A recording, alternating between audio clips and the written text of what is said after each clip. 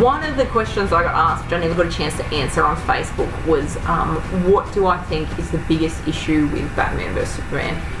Like, short answer, I think Zack Snyder is the biggest issue with Batman vs Superman, but that seems to oversimplify the matter. What I think is the biggest issue with Batman vs Superman is one, is it... Well, I guess I have to choose one. No, I'm choosing two, fuck it. Okay, first one is this the sequel to Man of Steel, or is this a new movie? If it's a new movie, okay, good.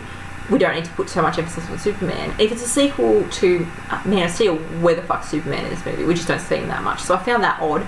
And we've since found out that Man of Steel 2 is being released, so it's clearly not a sequel. Like, it's part of the universe, but it's not directly related. In which case, why did we spend so much time with him? But the biggest issue, I think, with Batman vs Superman is that DC have decided they need to use a different version of Batman, which I get. Okay, so the Nolan Batmans, which is Batman Begins, The Dark Knight, and The Dark Knight Rises.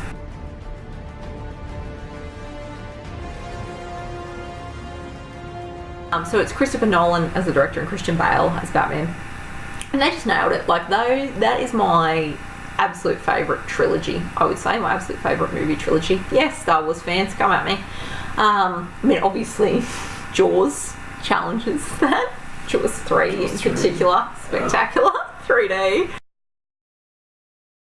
No. So the Nolan Batmans, I think, are one of the best trilogies in modern cinema. And I absolutely love them. And if I was allowed to, I would watch them. And if I had the time, I'd watch them all at least once a week. So I get it, DC had a lot to live up to there, so they went, let's go something completely different. So what they did was they used this version of Batman that exists in the comics, this really dark, sort of battle-hardened version of Batman. And I just kind of generally call him Frank Miller Batman, because that's a lot of those Frank Miller comics are like that. Now, this Frank Miller Batman is often what we saw in the movies. He is battle-hardened, and he'll go to any lengths to I guess meet his objective, and he often wears that big armour too. That's why I call that Batman Frank Miller Batman. And the other thing is that we kind of have been given this very obvious hit in the face with a sledgehammer hint that the previous Robin died and that the Joker did it. And that has also led to this version of Batman being who he is. So he's this version that's hunting down Superman, that's finding a way to kill Superman, that doesn't really, that doesn't care that Superman has parents and all that, until, he cares because they've got the same fucking mother's name.